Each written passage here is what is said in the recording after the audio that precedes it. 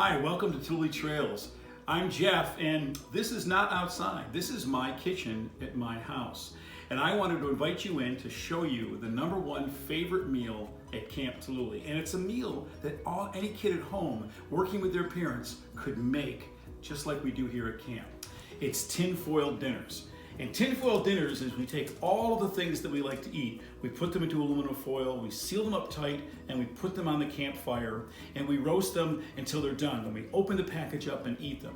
But remember, if we could cook it on the campfire, you could also take and do everything the same way, except put it on your barbecue grill, or even right in your oven. And I know in our family, we like to have tinfoil dinners at our house, particularly for family gatherings, several times a year. And sometimes we put them in the oven, sometimes we put them on the barbecue grill.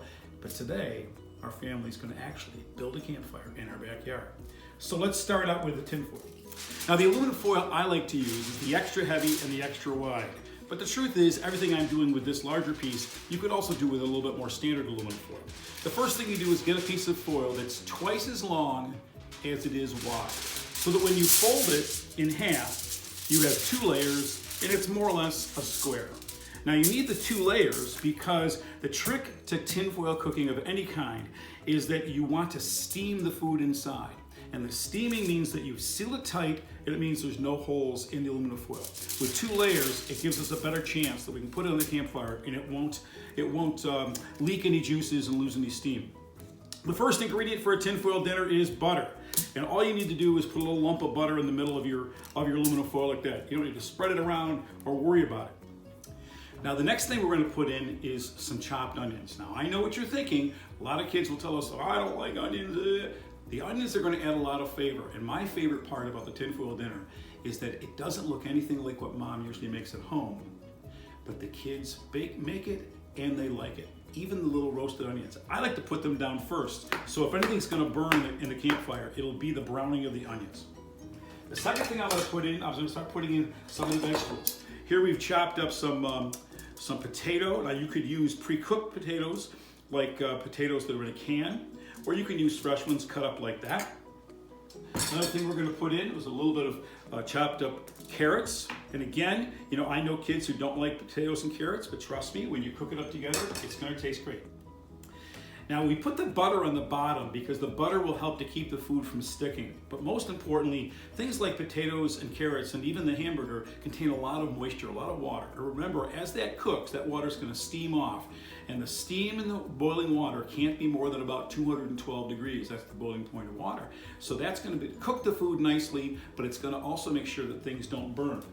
The next thing I'm going to put in is the hamburger. So I'm going to put a hamburger right on top of that. Now some people put the hamburger down first so it'll brown a little better. You can put it in the middle. Truth is, it's just not going to matter.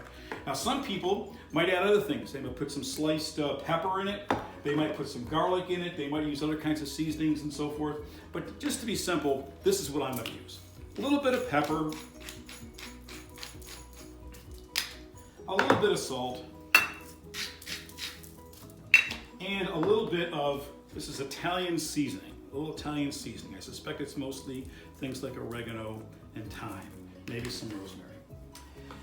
Now, the most important part or trick to making a tinfoil dinner is to understand how to seal it up so that it's completely airtight.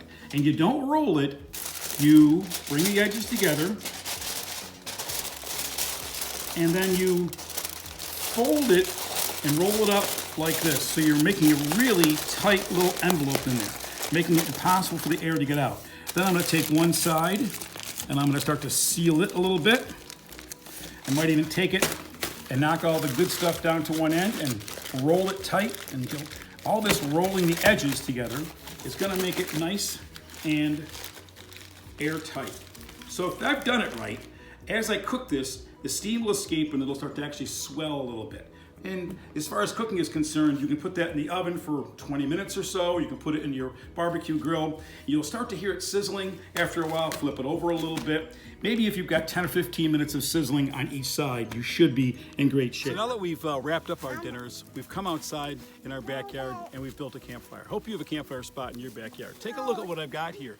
A little bit too many flames. We've been letting it burn down for about a half an hour, so we have lots of hot coals. And now we're ready to take the dinners, to place the dinners right on the hot coals. So if you have some tongs, that would work well. Or in my case, I like to use a little rustic sticks like this. But I'm gonna put it right on the campfire. The whole family is gonna be eating tonight. And pretty soon you'll be able to hear them starting to sizzle. So can you hear the tinfoil dinner sizzling? They've been sizzling for about 6 or 8 minutes. And a couple of the questions and concerns people have about cooking over a campfire is, how do I know when it's done? How do I make sure it doesn't burn? And how do I know it's safe to eat? In other words, has it been cooked thoroughly? Well, here's what we did. We listened for it to sizzle. That means it's boiling. It's been sizzling for about 6 or 8 minutes. Now we're gonna flip it over. Remember, it's probably not gonna burn unless you really leave it on long or you keep a real flamey fire, because the moisture inside the containers is going to steam the food. As long as the containers are sealed well, it shouldn't burn. We've also flipped them over a little bit. We're gonna keep turning them around, putting them from the warmer spots to the cooler spots in the fire. And we keep turning them. We'll probably get a nice even cook.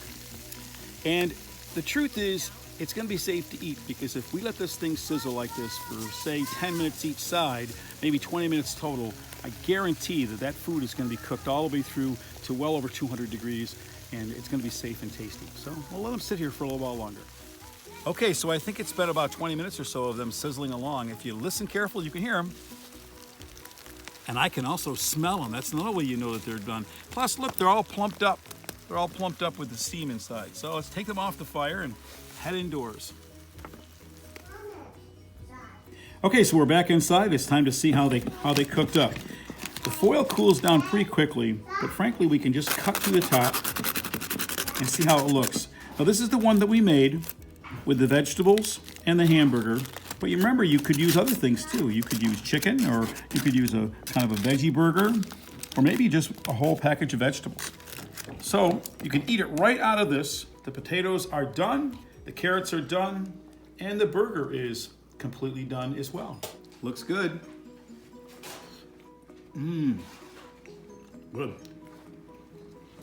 Mmm. Good. Good.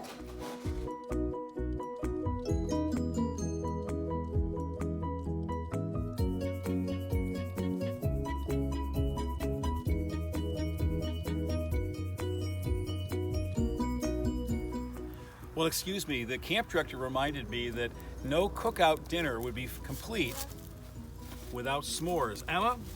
Emma's my granddaughter. Mom, you want to cook a s'more? Mom. Here, there's the stick. Do you want to cook the s'more over the fire? No, you gotta put it right up here. Gotta put it up here. Hold on to the stick. Hold on to the stick. Is it cooking? All right, Blow on it. Blow on it. Okay, all right. So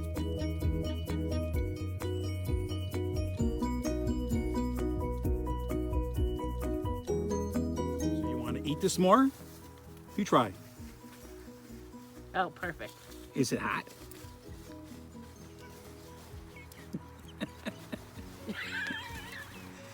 She doesn't know what to do. Take a